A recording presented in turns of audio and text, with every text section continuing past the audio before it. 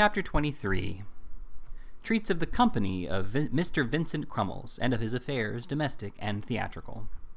As Mr. Crummles had a strange four-legged animal in the inn stables which he called a pony, and a vehicle of unknown design on which he bestowed the appellation of a four-wheeled phaeton, Nicholas proceeded on his journey next morning with greater ease than he had expected, the manager and himself occupying the front seat, and the Master Crummleses and Smike being packed together behind, in company with a wicker basket defended from wet by a stout oilskin, in which were the broadswords, pistols, pigtails, nautical costumes, and other professional necessaries of the aforesaid young gentleman. The pony took his time upon the road, and, possibly in consequence of his theatrical education, evinced every now and then a strong inclination to lie down. However, Mr. Vincent Crummles kept him up pretty well by jerking the rein and plying the whip, and when these means failed, and the animal came to a stand, the elder Master Crummles got out and kicked him. By dint of these encouragements, he was persuaded to move from time to time, and they jogged on, as Mr. Crummles truly observed, very comfortably for all parties. "He's a good pony at bottom," said Mr. Crummles, turning to Nicholas. He might have been at bottom, but he certainly was not at top, seeing that his coat was of the roughest and most ill-favored kind, so Nicholas merely observed that he shouldn't wonder if he was. "Many and many is the circuit this pony has gone," said Mr. Crummles, flicking him skillfully on the eyelid for old acquaintance' sake. "He is quite one of us. His mother was on the stage." "Was she?" rejoined Nicholas. "She ate apple pie at a circus for upwards of 14 years, said the manager, fired pistols and went to bed in a nightcap, and in short took the low comedy entirely. His father was a dancer." "Was he at all distinguished?" "Not very," said the manager.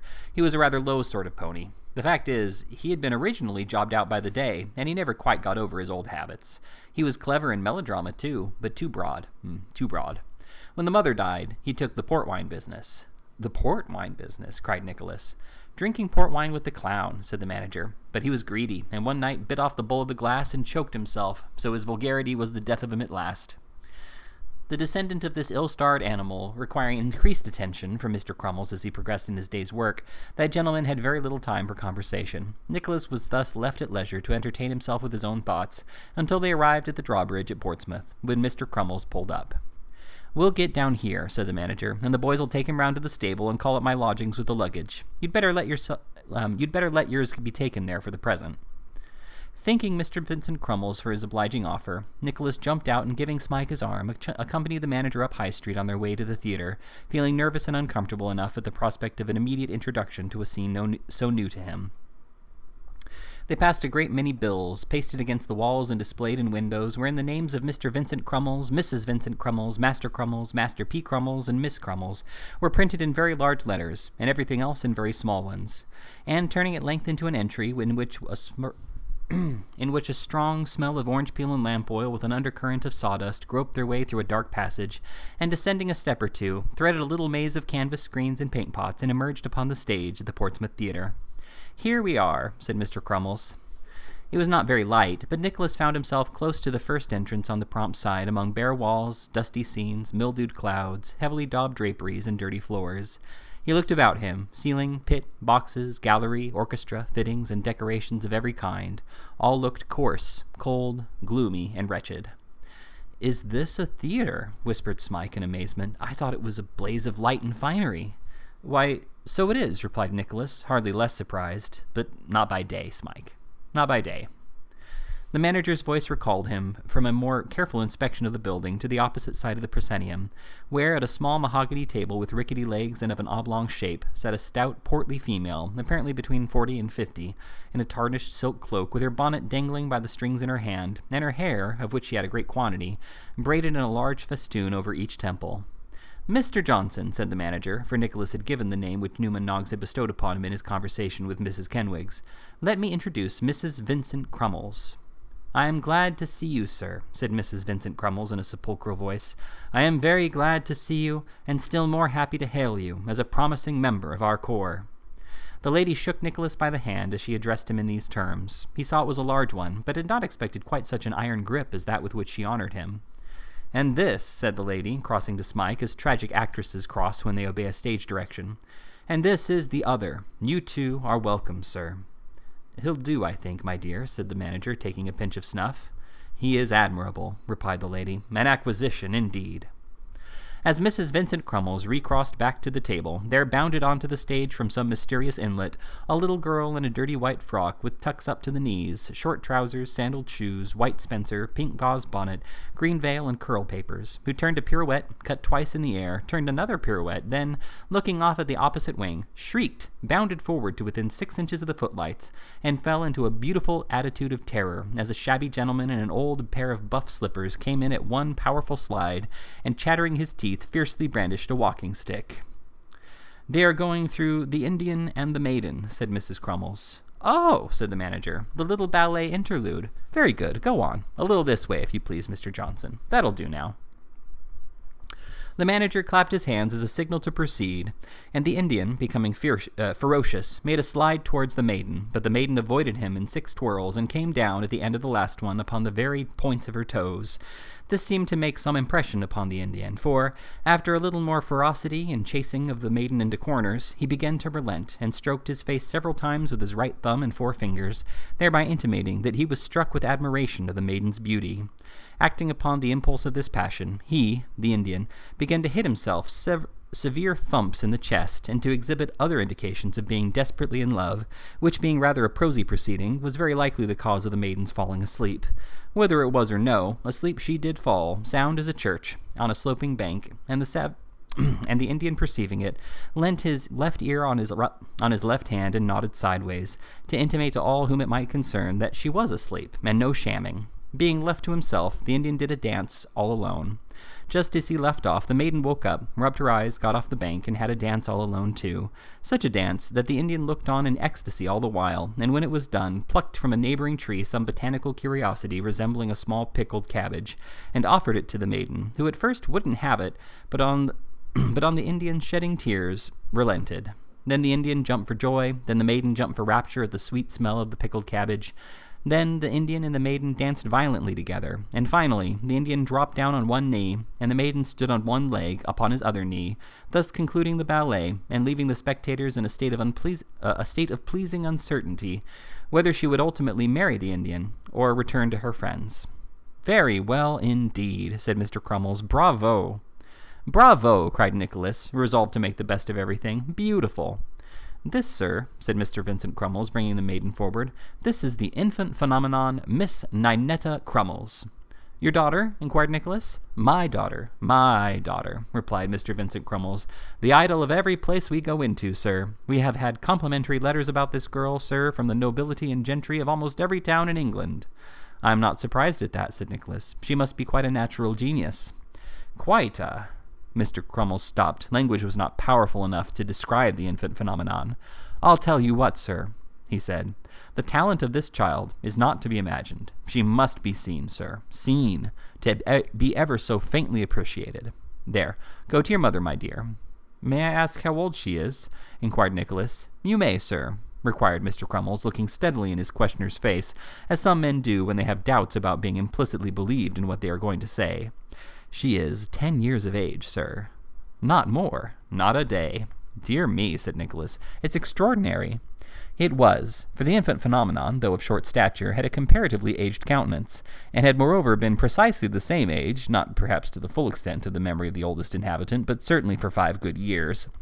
But she had been kept up late every night, and put upon an unlimited allowance of gin and water from infancy to prevent her growing tall, and perhaps this system of training had produced in the infant phenomenon these additional phenomena.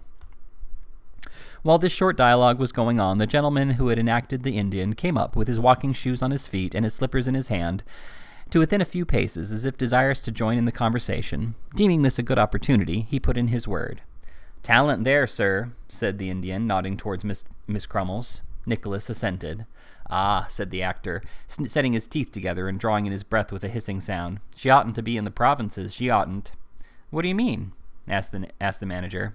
"I mean to say," replied the other warmly, "that she is too good for country boards, and that she ought to be in one of the large houses in London, or nowhere. And I tell you more, without mincing the matter, that if it wasn't for envy and jealousy in some quarter that you know of, she would be. Perhaps you'll introduce me here, Mr. Crummles." "Mr. Fuller," said the manager, presenting him to Nicholas. "Happy to know you, Mr. Fuller. Happy to know you, sir." Mr. Fuller touched the brim of his hat with his forefinger and then shook hands. "A recruit, sir, I understand?" "An unworthy one," replied Nicholas.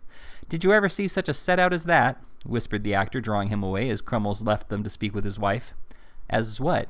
Mr. Folair made a funny face from his pantomime collection and pointed over his shoulder. "You don't mean the infant phenomenon?" "Infant humbug, sir," replied Mr. Folair. "There isn't a female child of common sharpness in a charity school that couldn't do better than that. She may thank her stars she was born a manager's daughter."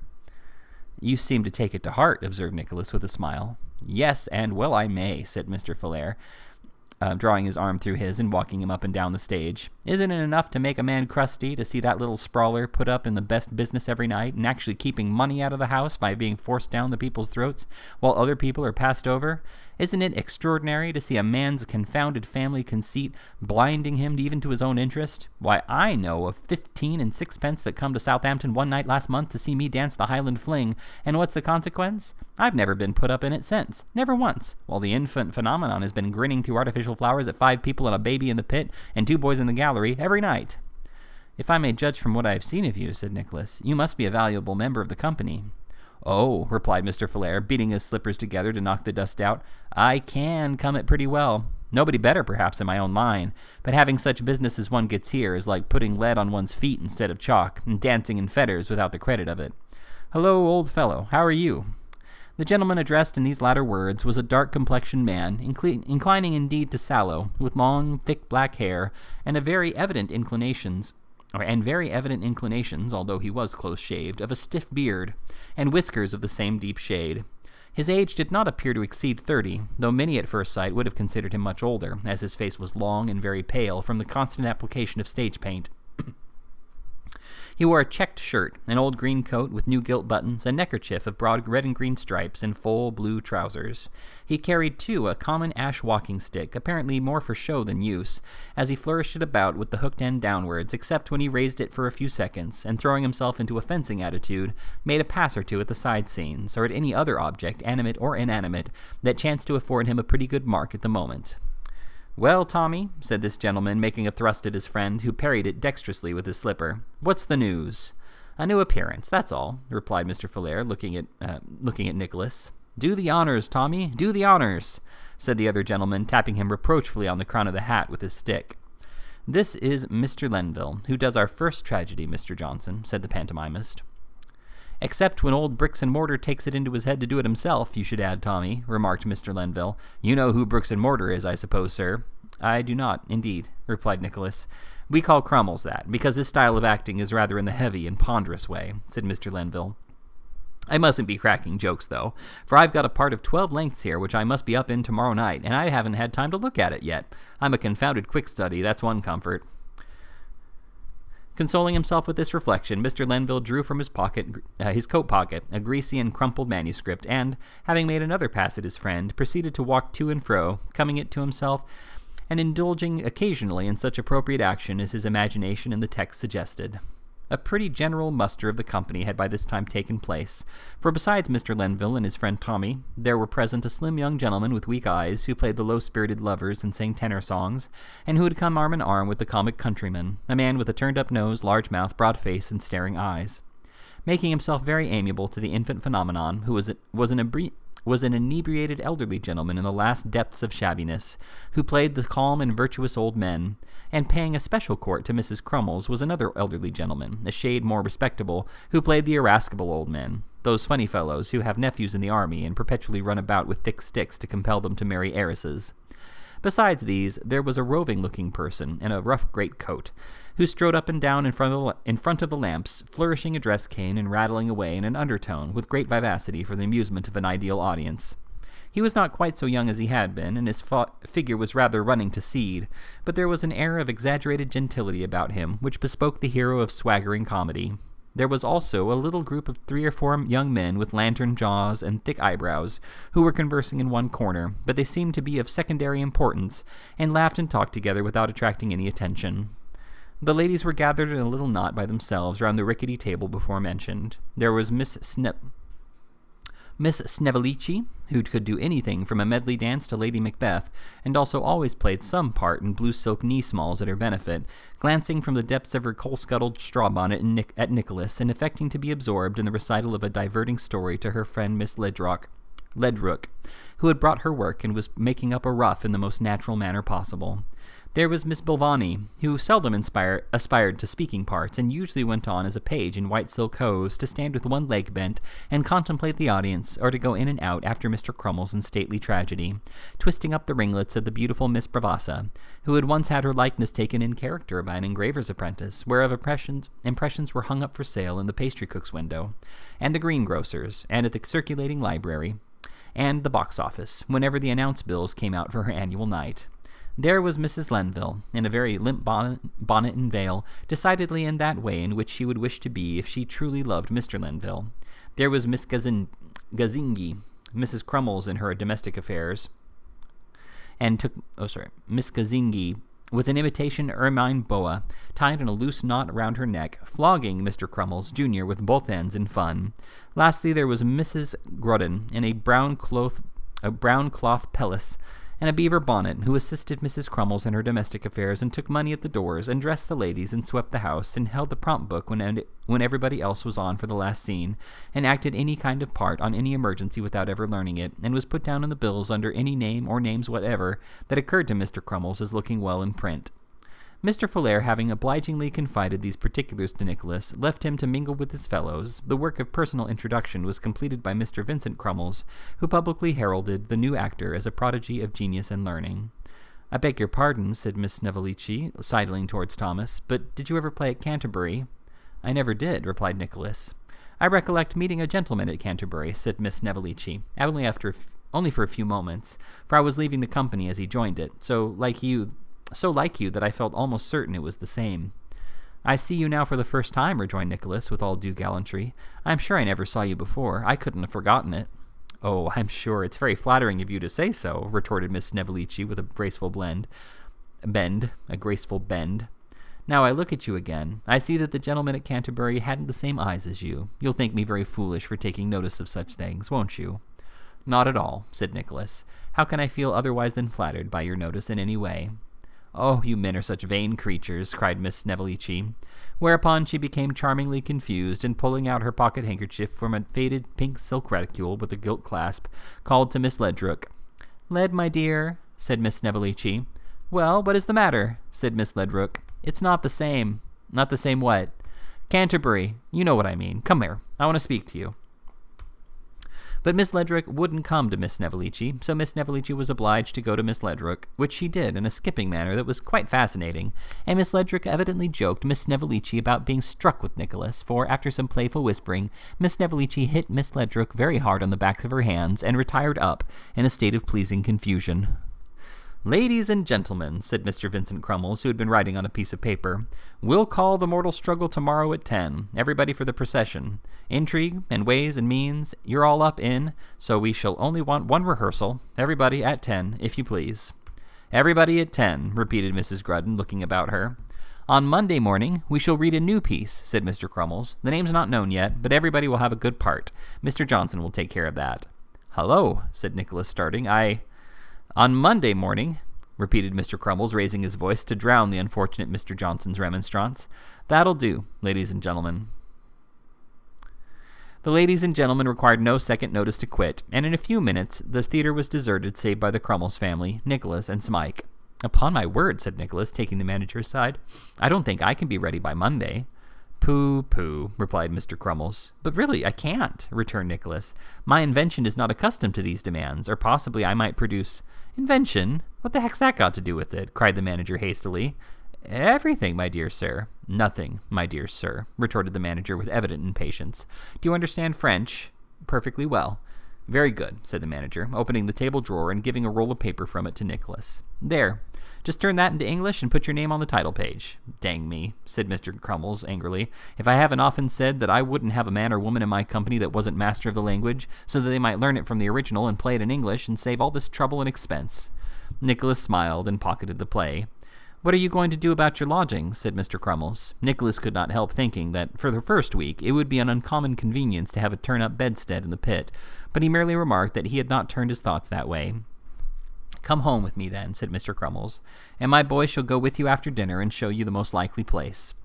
The offer was not was not to be refused, Nicholas and Mr. Crummles gave Mrs. Crummles an arm each and walked up the street in stately array. Smike, the boys, and the phenomenon went home by a shorter cut, and Mrs. Grudden remained behind to take some cold Irish stew, and a pint of porter in the box office. Mrs. Crummles trod the pavement as if she were going to immediate execution, with an animating consciousness of innocence, and that heroic fortitude which virtue alone inspires. Mr. Crummles, on the other hand, assumed the look and gait of a hardened despot, but they both attracted some notice from many of the passers-by, and when they heard a whisper of Mr. and Mrs. Crummles, or saw a little boy run back to stare them in the face, the severe expression of their countenances relaxed, for they felt it was popularity. Mr. Crummles lived in St. Thomas's Street at the house of one Bulph, a pilot, who sported a boat-green door with window frames of the same color, and had the little finger of a drowned man in his parlor mantel-shelf, with other maritime and natural curiosities. He displayed also a brass knocker, a brass plate, and a brass bell handle, all very bright and shining, and had a mast with a vane on the top of it in his backyard. "You are welcome," said Mrs. Crummles, turning round to Nicholas when they reached the bow-windowed front room on the first floor. Nicholas bowed his acknowledgments, and was unfeignedly glad to see the cloth laid. "We have but a shoulder of mutton with onion sauce," said Mrs. Crummles in the same charnel house voice, "but such as our dinner is, we beg you to partake of it." "You are very good," replied Nicholas. "I shall do it ample justice." "Vincent," said Mrs. Crummles, "what is the hour?" 5 minutes past dinner time," said Mr. Crummles. Mrs. Crummles rang the bell. "Let the mutton and onion sauce appear." The slave who attended upon Mr. Bulph's lodgers disappeared, and after a short interval reappeared with the festive banquet. Nicholas and the infant phenomenon opposed each other at the Pembroke table, and Smike and the Master Crummleses dined on the sofa bedstead. "Are they very theatrical people here?" asked Nicholas. "No," replied Mr. Crummles, shaking his head. "Far from it, far from it." "I pity them," observed Mrs. Crummles. "So do I," said Nicholas, "if they have no relish for theatrical entertainments properly conducted." "Then they have none, sir," rejoined Mr. Crummles. "To the infant's benefit last year, on which occasion she repeated 3 of her most popular characters, and also appeared in the Fairy Porcupine, as originally performed by her, there was a house of no more than £4.12. "Is it possible?" cried Nicholas.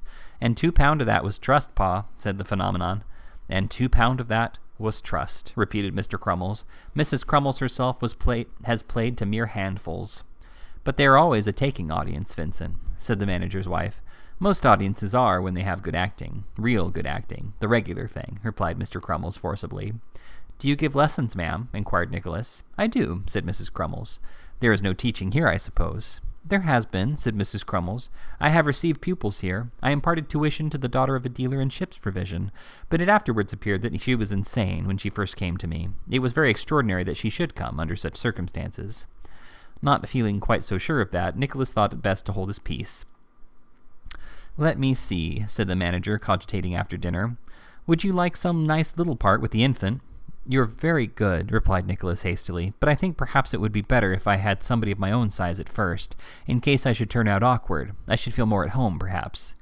"True," said the manager, "perhaps you would, and you could play up to the infant in time, you know." "Certainly," replied Nicholas, devoutly hoping that it would be a very long time before he was honored with this distinction. "Then I'll tell you what we'll do," said Mr. Crummles. "You shall study Romeo when you've done that piece. Don't forget to throw the pump and tubs in by the by.